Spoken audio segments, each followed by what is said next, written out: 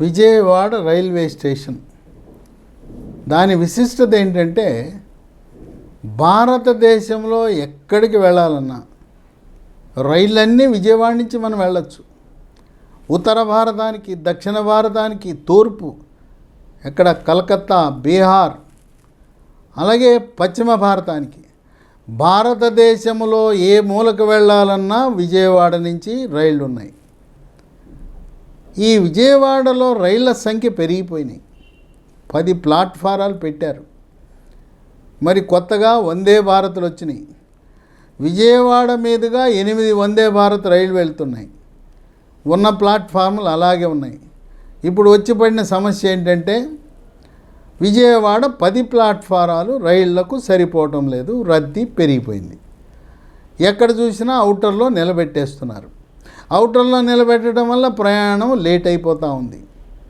దీన్ని పరిష్కరించడానికి కేంద్ర రైల్వే శాఖ మంత్రి అశ్విన్ వైష్ణవ్ ఆయన ఒక ఆలోచన చేశాడు. ఇక విజయవాడ రైల్వే స్టేషన్ ఆధునీకరణ చేస్తున్నాం, సదుపాయాలు పెంచుతున్నాం, దాంతోపాటు మరొక 2వ రైల్వే స్టేషన్ అభివృద్ధి చేయాలనే ఆలోచన ఆయనకు వచ్చింది. అది ఎక్కడ?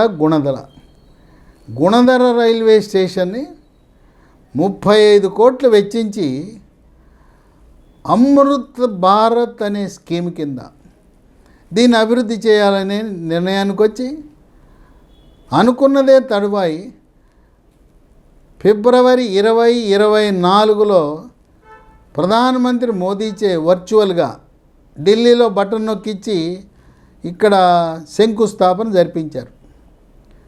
ఒక విశేషం మనం గమనించాలి.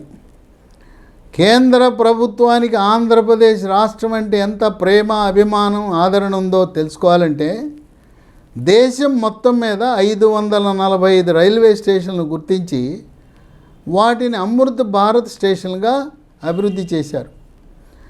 540 దేశమంతా అభివృద్ధి చేస్తే ఒక్క ఆంధ్రప్రదేశ్ రాష్ట్రంలోనే 73 స్టేషన్లు గుర్తించి మనకి నిధులిచ్చి అమృత్ భారత్ కింద అభివృద్ధి చేయటం విశేషం. ఈ గుణదల రైల్వే స్టేషన్ సిద్ధమైతే చెన్నై నుంచి కలకత్తా వెళ్ళే రైళ్ళన్నీ కూడా, లేదు విజయవాడ నుంచి విశాఖపట్నం వెళ్ళే రైళ్ళన్నీ కూడా గుణదలలోనే నిలుపుదల చేయటం ద్వారా ఇప్పుడున్న విజయవాడ రైల్వే స్టేషన్పై రద్దీని తగ్గించి స్టేషన్ బయట ఈ పావుగంట, అరగంట, గంట సేపు అవుటర్లో నిలబెట్టేదానికి స్వస్తి పలకాలనే ఆలోచనలో ఉన్నారు. ఈ గుణదల రైల్వే స్టేషన్కి 35 కోట్లు. పనులు శరవేగంగా జరుగుతూ ఉన్నాయి. 1వ నంబర్ ప్లాట్ఫాము 560 మీటర్ల పొడుగు, 24 బోగీలు కూడా చక్కగా అక్కడ మనం నిలబడటానికి, ఎక్కడానికి వస్తుంది. ఇక్కడ విశేషం ఏంటంటే, అంతా కూడా దీన్ని చూస్తే అది రైల్వే స్టేషన్లా ఉండదు, ఇది ఎయిర్పోర్ట్లా ఉంటుంది.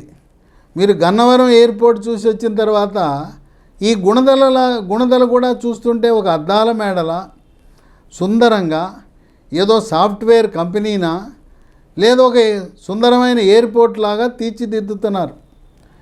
ఇదేదో కాలము చెల్లిన ఆ పాత నిర్మాణాలు కాకుండా ఆధునికత జోడించి సుందరంగా తీర్చిదిద్దుతున్నారు. ఫ్లోరింగ్ అంతా కూడా గ్రానైట్ వేస్తున్నారు.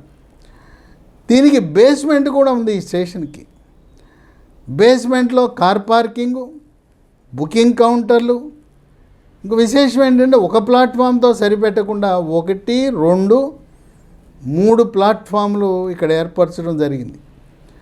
ఇక మామూలుగా మరుగుదొడ్డి అంటే మురికి కంపు వాసన కొడుతుంటుంది. చక్కటి ఆధునికంగా 5 స్టార్ హోటల్లో ఏ విధమైన శుభ్రమైన టాయిలెట్లు నిర్మాణం చేస్తారో ఆ విధంగా నిర్మాణం చేస్తున్నారు. కక్కుర్తి లేదు. చక్కగా టైల్సు, గ్రానైటు. ఇక దీనికి తోడు ఈ ప్లాట్ఫామ్ పైన పైకప్పు ఉంటుంది. ఆ పైకప్పు మీద సోలార్ ప్లేట్లు అమర్చించి ఈ స్టేషన్కి కావలసిన విద్యుత్ని సోలార్ ప్లేట్ల ద్వారా దాన్ని సమకూర్చాలనే ఆలోచనతో కూడా భారతీయ రైల్వే శాఖ ముందడుగులు వేస్తూ ఉంది. ఈ గుణదల రైల్వే స్టేషన్ 2025 సంవత్సరంలోనే ఇది పూర్తి చేసుకుని, ముఖ్యంగా ఇది పూర్తయితే చెన్నై, కోల్కతా ఈ రైలు మార్గంలో వెళ్ళే వాళ్ళకి ఎంతో వెసులుబాటు కల్పించబోతూ ఉంది. తర్వాత 1 నుంచి 2, 2 నుంచి 3కి వెళ్ళాలంటే రైల్వే ట్రాక్ మీదకి వెళ్లకుండా, పట్టాలు దాటకుండా ఫుట్ ఓవర్ బ్రిడ్జిని కూడా వాళ్ళు ఏర్పాటు చేయటం అనేది విశేషం. అంటే కాలినడకన మెట్ల మీద వెళ్ళచ్చు. తర్వాత కొంతమంది వృద్ధులు మెట్లు ఎక్కలేరు, వాళ్ళ కొరకు త్వరలో ఎస్కలేటరు అట్లాగే లిఫ్ట్ సదుపాయం కూడా కల్పించాలనే ఆలోచన ఉంది. మొదట్లో ఈ ఆలోచన లేదు. ఇది మరి వృద్ధులు వచ్చినప్పుడు, వృద్ధులు, దివ్యాంగులు, వికలాంగులు వచ్చినప్పుడు వాళ్ళు ఎలా ఎక్కలేరు కదా, ప్లాట్ఫామ్ ఎలా మారుతారని ఆలోచన చేసి ఎస్కలేటరు, లిఫ్టు తదుపరి వచ్చిన ఆలోచనను కూడా అమలు చేయటం అనేది విశేషం. ఈ విధంగా ఆంధ్రప్రదేశ్ రాష్ట్రమే కాదు, భారతదేశంలో ఎక్కడ చూసినా ఈ రైల్వే స్టేషన్లు కాలము చెల్లిన బ్రిటిష్ నాటి రైల్వే స్టేషన్లు కాదు. ఇవన్నీ చూస్తే ఒక మల్టీప్లెక్స్ మాలా, లేదు సాఫ్ట్వేర్ కంపెనీనా, ఎయిర్పోర్ట్ను తలపించే విధంగా నిర్మాణాలు చేస్తున్నారు. ఇప్పుడు ఇక్కడ ఆంధ్రప్రదేశ్ రాష్ట్రమే కాదు, తెలంగాణలో కూడా, అక్కడ కూడా ఇప్పటివరకు మనకు 3 రైల్వే స్టేషన్లు ఉన్నాయి. కాచిగూడ, నాంపల్లి, హైదరాబాద్, సికింద్రాబాద్. అక్కడ కూడా అదే పరిస్థితి. రద్దీ పెరిగిపోయింది, రైళ్ల సంఖ్య పెరిగిపోయింది, అవుటర్లో నిలబెట్టేస్తున్నారు రైళ్లను. దాన్ని తగ్గించడానికి సుమారు 850 కోట్ల రూపాయలతో చర్లపల్లి, అది అసలు రైల్వే స్టేషన్ అంటే ఎవరో నమ్మరు, అది చూస్తే ఎయిర్పోర్ట్లా ఉంది. అది శంషాబాద్ ఎయిర్పోర్ట్ని తలదన్నేలా చర్లపల్లి స్టేషన్ని నిర్మాణం చేయటం అనేది విశేషం.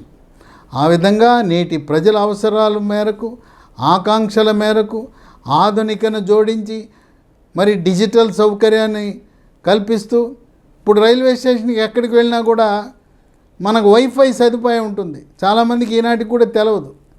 మనం స్టేషన్కి వెళ్ళగానే వైఫై ఆన్ చేసుకుని దాన్ని ఉపయోగించుకునే అవకాశం ఉందని గమనించండి. దానికి ఏం ఛార్జ్ వేయరు, ఫ్రీగా ప్రతి రైల్వే స్టేషన్లో కూడా, మేజర్ రైల్వే స్టేషన్లో ఇంటర్నెట్ సదుపాయం ఉందని గమనించండి, దాన్ని ఉపయోగించండి. అది ఆధునిక భారత్, వికసిత్ భారత్, వికసిత్ ఆంధ్రప్రదేశ్ అంటే కాలము చెల్లిన విధానాలు. రైలు బోగీల నిర్మాణము, రైలు బోగీల నిర్వహణ కూడా పాశ్చాత్య దేశాలకు ధీటుగా త్వరలో అమెరికాలో, జర్మనీలో, జపాన్లో ఉన్న బుల్లెట్ రైలు కూడా మన భారతదేశంలో ప్రవేశపెట్టి గంటకి 220 కిలోమీటర్ల వేగంతో మన ప్రయాణికులను విమాన స్పీడ్తో గమ్యాన్ని చేర్చడానికి రంగం సిద్ధం చేస్తున్నారు భారత రైల్వే శాఖ.